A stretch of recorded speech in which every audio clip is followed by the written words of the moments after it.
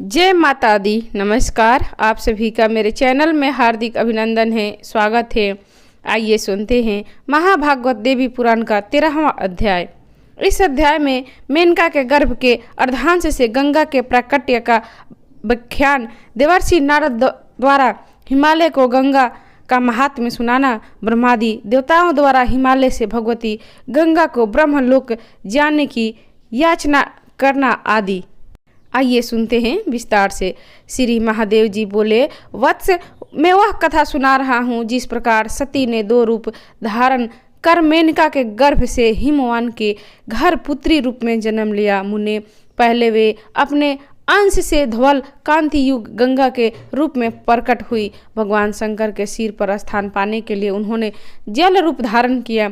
उसके बाद गौरी के रूप में शंकर प्रिया पूर्ण अवतार धारण कर अति समय प्रेम के कारण शिव के शरीरार्ध में स्थित होकर उनकी अर्धांगिनी बनी। महामते, वे गंगा रूप में कैसे प्रकट हुई, उस प्रकरण को सुनो, जिसको श्रवण करने से ब्रह्म हत्या के पाप से लिप्त मनुष्य भी तत्क्षण मुक्त हो जाता है। सुमेरु की पुत्री मैना गिरिराज हिमवान की पत्नी थी। जगदम्बा ने अपने अंश रूप से उनके यहाँ पुत्री रूप में जन्म लिया। सती गंगा रूप में मेना के गर्भ में आई और गिरिश्रेष्ठ हिमवान की पत्नी ने एक सुमुखी सर्वांग सुंदरी कन्या को जन्म दिया। वैशाख माह के शुक्ल पक्ष की तृतीया अक्षय तृतीया के दिन मध्याह्न में गौरवर्ण सुंदर मुख्य कमल वाली गंगा प्रकट हुई। वे कृष्ण कटाक्ष युक्त 3 नेत्रों और 4 भुजाओं से सुशोभित थी। कन्या जन्म की बात सुनकर पर्वतराज बड़े प्रसन्न हुए। उन्होंने ब्राह्मणों से स्वास्थ्य वाचन कराकर उन्हें प्रचुर दान दक्षिणा दी। शुक्ल पक्ष के चंद्रमा की कला तथा वर्षा काल में नदी के जल के समान वह कन्या पिता के घर में बड़ी होने लगी। एक दिन पर्वतराज हिमालय जब उस कन्या को गोद में लेकर अंतपुर में बैठे थे, उसी समय साक्षात भगवती के अंश से गंगा को उत्पन्न हुआ जानकर ब्रह्मपुत्र देवर्षि नारद उनके दर्शन हेतु वहां पधारे, जिन पर प्रकृति की आराधना करके भगवान शंकर काम रूप में क्षेत्र में स्थित रहते हैं। तब नारद जी बोले, प्रभु ब्राह्मण सुनिए, मैं वह उपाय बताता हूँ जिससे भगवान शिव का रोष हम लोगों के प्रति प्रसन्नता में बदल गया। ऐश्वर्यशाली गिरिराज हिमालय धर्म यज्ञ है और उदार भी हैं। इंद्रादि देवताओं को साथ लेकर आप उनके पास जाकर गंगा को मांग ले। आपके अनुरोध से अवश्य भगवती गंगा को आपको प्रदान कर देंगे। तब उन्हें स्वर्ग में लाकर एक बड़े उत्सव का आयोजन करके भगवान शिव को उसमें आमंत्रित कर आग्रह पूर्वक गंगा को प्रदान कर दीजिए।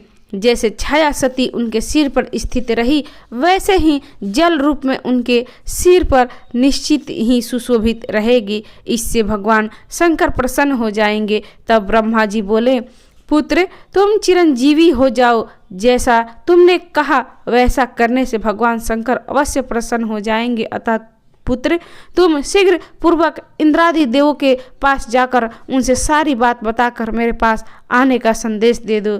श्री महादेव जी बोले, महात्मे, ब्रह्मा जी के ऐसा कहने पर नारद मुनि प्रसन्न होकर वहां गए जहां महामना इंद्रादि देवगण विराजमान थे।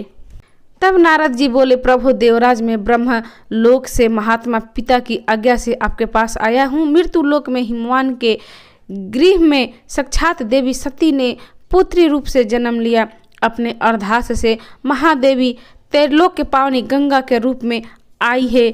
उन्हें स्वर्ग में ले जाने के लिए ब्रह्मा पृथ्वी तल पर जाएंगे। देव श्रेष्ठों, आप लोग शीघ्र ही मृत्यु लोक चलने के लिए ब्रह्मलोक आए। देवगण बोले, मुनिवर, आप क्या कर रहे हैं? क्या स्वयं सती ने मृत्यु लोक में जन्म लिया है? मुने, क्या भगवान शंकर को यह बात बता दी गई है? तब नारद जी बोले, उन गंगा को स्वर्ग लोक में लाने के बाद शिव जी के पास जाऊंगा। देवगणों, आप लोग शीघ्र ब्रह्मा जी के निकट पहुँचे। तब श्री महादेव जी बोले, देवागण तथास्तु कहकर ब्रह्मलोक पहुँचे। हर्ष से विकसित मुख कमल वाले उन इंद्रादि देवगणों में जगपति महात्मा ब्रह्मा जी को प्रणाम किया और हाथ जोड़कर पूछा, प्रभु, हमारे लिए क्या आज्ञा है? तब ब्रह्मा जी बोले, महादेवी सती हिमवान के घर में अपने अर्धांश से गंगा रूप में जन्मी है। इस प्रकार उमा भी वहाँ अवतार लेगी। उन श्रेष्ठ पुत्री गंगा को स्वर्ग में लाने के लिए हम लोग वहाँ चलेंगे। इंद्र, कुबेर, वरुण, चंद्र, सूर्य, अग्नि, वायु और बुद्धिमान नारद, आप सब लोग अपने अपने स्थान से मेरे साथ चलने की शीघ्र तैयार हो जाए। तब श्री महादेव जी बोले, मुनि पुंगव, इंद्राणी, देवगण, ऐसा ही हो कहकर गंगा को मनाने का विचार कर महर्षि नारद तथा ब्रह्मा जी के साथ हिमवान के पास शीघ्र पहुँचे। देवताओं की चेष्टा जानकर महादेवी गंगा ने उनसे पिछली रात्रि को ही गिरिराज को स्वप्न में श्वेत वर्ण त्रियना मकर वाहना एक देवी दिखाई दी। वे सामने आकर बोले, पिताजी मैं आपके पुत्री हूँ, एकमात्र मैं ही आद्य प्राकृतिक हूँ और मैं वही हूँ जिसका दक्ष प्रजापति की पुत्री सती से पिता के यज्ञ में शरीर त्याग कर अपने पति शिव से वियोग हो गया। शिव जी भी मेरे वियोग में व्यथित होकर काम रुच क्षेत्र पे रहने लगे। वे मुझे पत्नी रूप में पुनः प्राप्त करने के लिए तप कर रहे हैं। आपने भी पुत्री रूप में मुझे पाने के लिए भक्ति पूर्वक मेरी आराधना की है, इसलिए मैं अपने अर्धास से इस समय आपके घर में आई हूँ। अपने दूसरे अर्धास से भी मैं आपके ही पुत्री बनूंगी। मुझे ले जाने के लिए ब्रह्मा आदि देवगण आपके पास प्रार्थना करने आएंगे। मैं उन देवताओं के साथ स्वर्ग चली जाऊंगी और उन महान देवताओं के द्वारा भगवान शंकर को दी जाने पर मैं पुनः उन्हें पति रूप में प्राप्त कर लूंगी। पिताजी मेरे लिए आप मुहासक्त होकर कभी भी शोक ना करें।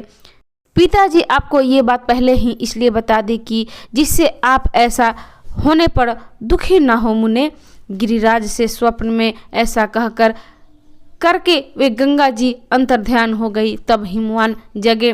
उन्होंने गंगा जी की यह कही हुई सारी बातों पर विचार किया। गिरिराज का इस विषय में पहले जो मोह था वह दूर हो गया। मुनिश्रेष्ठ तब महान तेजस्वी ब्रह्मादि देवगण हिमालय के साथ यहाँ गंगा को ले जाने की इच्छा से आए। उन बुद्धिमान गिरिराज ने उन्हें प्रणाम करके कहा, देवगणों आप यहाँ कैसे आए हैं? जो उचित हो वे आप मुझे कहिए। तब देवगण बोले, पर्वतराज सभी लोकों में दानी के रूप में आपकी कृति गाई जाती है कि गिरे आज हम सभी आपके पास भिक्षा मांगने आए हैं। उनका ऐसा वचन सुनकर गिरिराज को स्वप्न में देखा सारा वृत्तांत याद आ गया कि नारद जी भी पूर्व में ऐसा कहा था, तब हिमालय ने उत्तर नहीं दिया था। तदंतर मन में विचारक गिरिराज ने देवताओं से कहा, देवगणों आप लोगों तो त्रिलोक के स्वामी हैं और देवों को भिक्षा मांगने की क्या आवश्यकता हो गई है?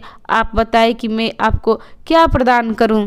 ब्रह्मा जी बोले, वत्स सुनो, मैं बताता हूँ कि जिस कारण सभी प्रकार के रत्नों से सुशोभित ये देवगण तुम्हारे पास आए हैं।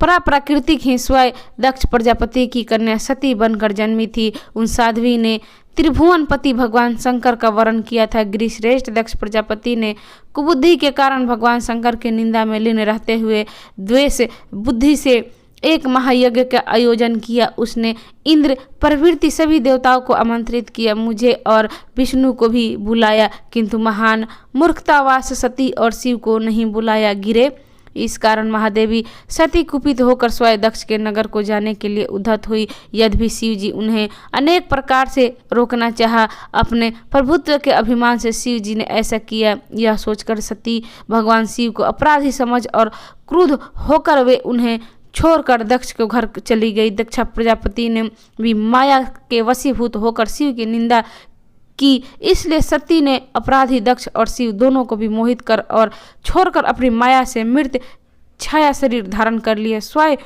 से पूर्ण नित्य ब्रह्मा स्वरूप अंतर्ध्यान हो गए। त्रिभुवनपति भगवान शिव दुख से व्याकुल होकर उस छाया सती को सिर पर लिए धरातल पर नृत्य करने लगे।